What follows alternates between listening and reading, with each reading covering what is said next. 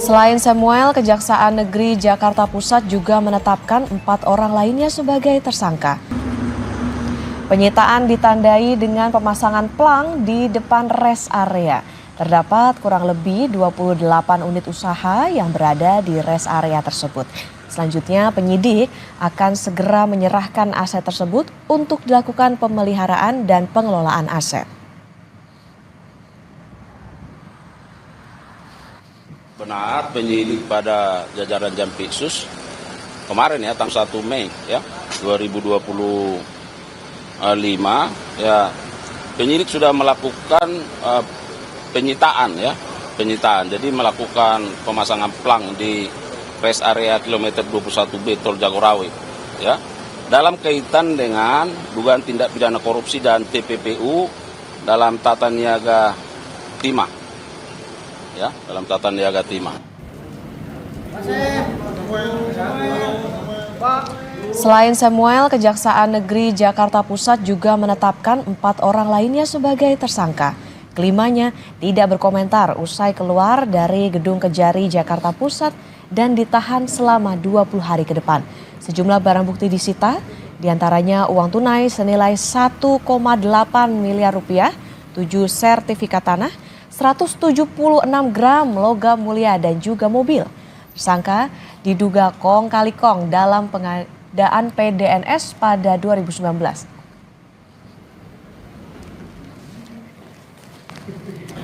Tersangka SAP bersama dengan tersangka BDA, tersangka AA melakukan pemufakatan jahat untuk melaksanakan program yang tidak diatur di Perpres 95/2018, di mana mereka lah yang membuat dokumen perencanaannya, membuat kerangka acuan kerjanya, sehingga setelah dokumen itu ada, menyerahkan kepada tersangka NZ untuk diupload dan digunakan sebagai dokumen lelang.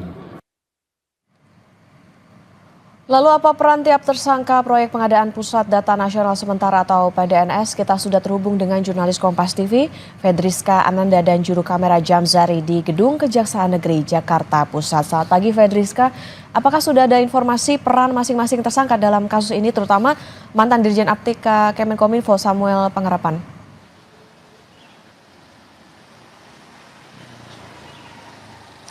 Ya, Okta, untuk detail apakah masing-masing peran dari masing-masing tersangka ini masih belum dapat dijelaskan oleh Kejaksaan Negeri Jakarta Pusat. Namun kalau kita mengacu pada konferensi pers kemarin diungkapkan kelimanya ini duga ini melakukan kong kali kong ataupun pemufakatan jahat terkait dengan pengadaan proyek dan jasa terkait dengan Pusat Data Nasional Sementara ataupun PDNS yang kemudian ini proyeknya ini dikisar dengan pagu sekitar 958 miliar rupiah.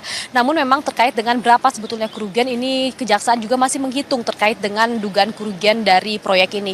Namun kalau misalkan saya bisa jelaskan Okta dan juga saudara, kemudian bagaimana Kejaksaan Negeri ini kemudian menetapkan kelimanya ini sebagai tersangka, ini kita juga harus mengikuti bagaimana kemudian penggeledahan yang sebelumnya sudah dilakukan oleh Kejaksaan, di mana setidaknya ada 4 lokasi yang kemudian sudah digeledah oleh Kejaksaan, yakni di daerah Tangerang Selatan, Jakarta Pusat, Jakarta Timur, kemudian di warehouse ataupun gudang dari PT Aplikasi Nusalitas Arta ini, kemudian ditemukannya adanya indikasi dugaan kerugian negara yang memang saat ini masih dihitung oleh Kejaksaan Negeri. Tadi sempat saya katakan bahwa ini proyeknya memang pada tahun 2020, jadi memang ini masih didalami terkait dengan masing-masing peran kelima tersangka ini. Namun kalau misalkan kita mengacu dari jabatan yang diduduki oleh kelimanya ketika tahun 2020, ini bisa saya jelaskan bahwa Direktur Jenderal Aplikasi Informatika Pemerintahan Kementerian Komunikasi dan Informatika pada tahun 2016-2024 ini Samuel Abrizani, yang kemudian ini juga ada 2 orang lainnya yang juga merupakan pejabat dari Kementerian Kominfo.